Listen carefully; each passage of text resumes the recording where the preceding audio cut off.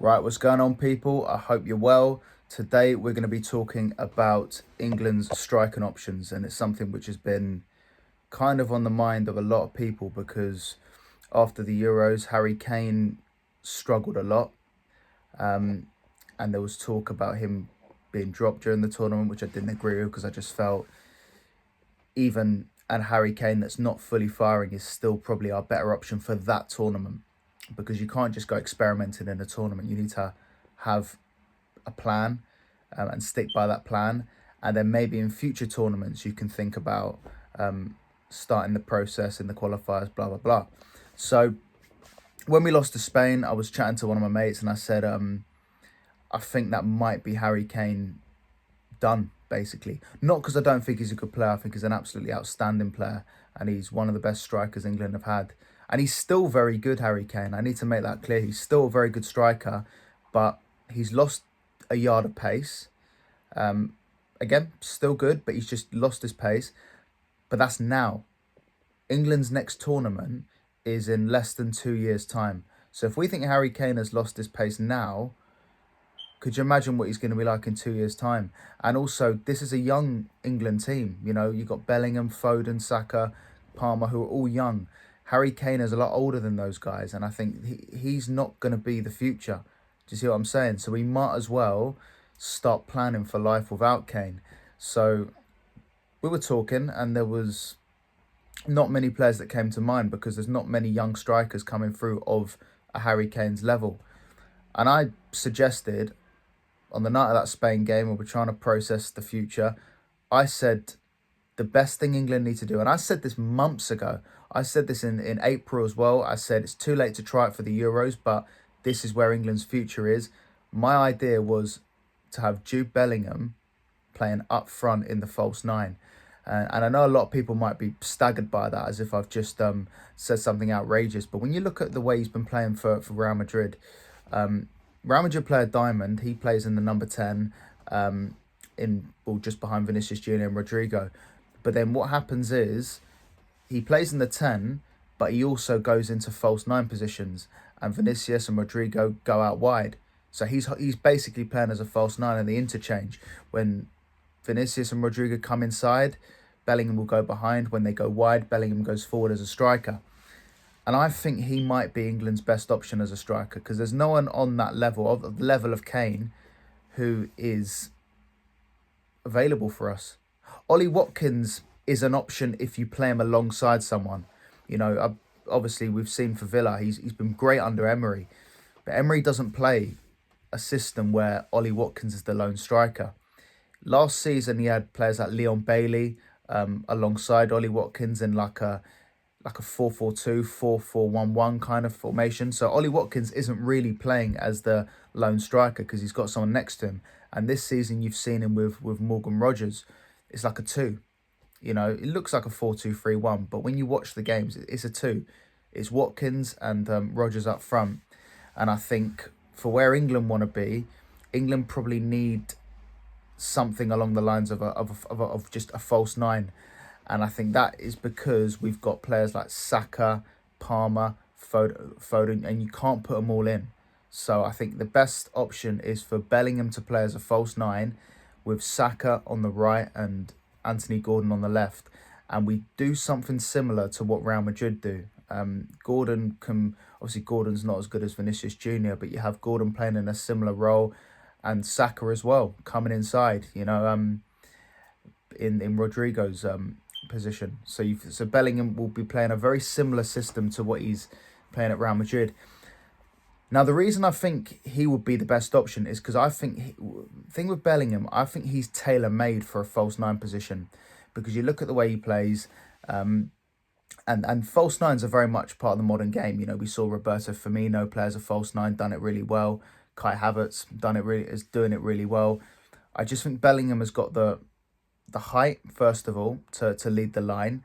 His link-up play is exceptional. He's skillful. He's good in tight spaces. And there was a moment in the Spain game where he had his back to goal and he turned so quickly. That is something which a false 9 needs to be good at. They need to be very good with their back to goal and they need to hold the ball up well, be able to dribble. And I just feel with his attributes, I think that would suit him more than the box-to-box position. Because we've already got Declan Rice, and I think Declan Rice is probably the tailor-made for that because he's got defensive responsibilities. I think if you play Bellingham in a box-to-box role, I do think you lose a lot because he's not in the box as much. He's sort of more hovering outside the box. But one of Bellingham's biggest strengths is goals. We saw that for the whole Real Madrid campaign, how many goals he got. When you've got a midfielder on paper who's capable of scoring 20 plus goals, and they've got the stature of Bellingham, the height, and they're scoring the kind of goals he's scoring, it's tailor-made for a striking position. And you saw in the Euros, the 2 goals he scored in the Euros were from crosses coming in, and he took those finishes like a target man. And Ivan Toney's another option, but I feel like teams are now slowly moving away from the target man. You know, it's more about the false nines now. You know, back in the day, you had target men like Giroud and players like Toney who would hold the ball up. They wouldn't be as skillful as a false nine, but they'd hold the ball up for the wide players and bring them into play. The same way a false nine would, but a false nine is it's a lot more complex. Like, you've got to be a lot more skillful. You've got to be a lot quicker to be a false nine. You've just got to have a lot of good close control and the ability to bring players into play, but also come up with that little bit of magic yourself. And Bellingham has that. He's got everything about his style of play is tailor-made to be England's false nine. And I think what I would do is in the next Euros, or World Cup, sorry, I'd have Harry Kane can be the backup striker, and you can have Watkins as well. And use Kane off the bench, because he's not going to be the same player in 2 years' time, but he's still going to give you that experience. He's still going to be effective, and he can still offer you something. But we need to start playing Bellingham in the false nine position with Gordon and Saka either side, whoever it is. But he has to be England's forward going forward. I think everything about the way he plays, it's like Bellingham is nowhere near Zinedine Zidane, nowhere near. So I'm not using them as an example because I think he's on that level. But Zinedine Zidane could have played the false nine. You look at players like that. Dennis Bergkamp could have played it because they're so skillful and so intelligent. And I do think Bellingham is intelligent. I don't think Bellingham is your typical number 10 or your typical number 8. I think he's got more to his game in a goal scoring aspect.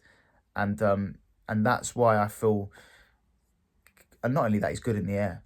He's good in the air, and I think to play as a false nine now, you have to be good in the air, you have to be skillful, you have to have so much to your game in terms of pace and things like that. And I just look at him and I think the way he plays is just tailor-made for the false nine position. But let me know what you think. Do you think that's a clever thing to do, or do you think it's really, really stupid? It'd be different if we were blessed with centre forwards, but we're not.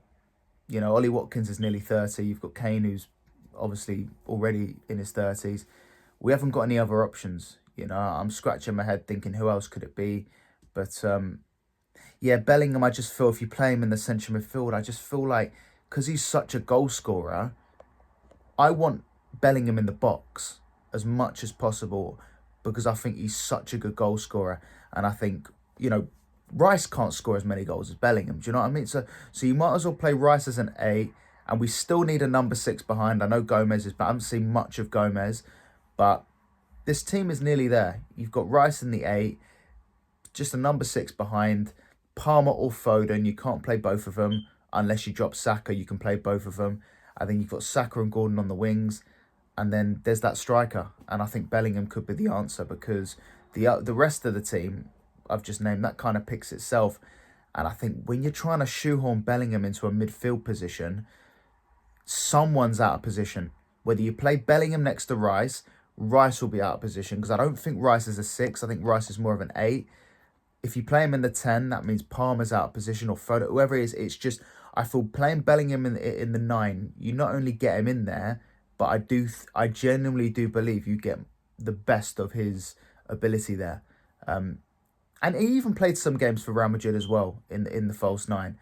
Like I explained, what happens with a 4-3-3 or a 4-1-2-1-2 diamond, you've got your wide players coming in, and that means your attacking midfielder goes deeper, but then when the wide players go wide, then the number 10, should we say, goes into a false nine position. So it all depends. I just think that's the direction England need to go in, but we'll see. We'll see if Lee Carsley thinks that as well. And yeah, let me know what you think. And if you do think it's a dodgy idea, please let me know, because it's definitely an interesting one. So yeah, that's my opinion.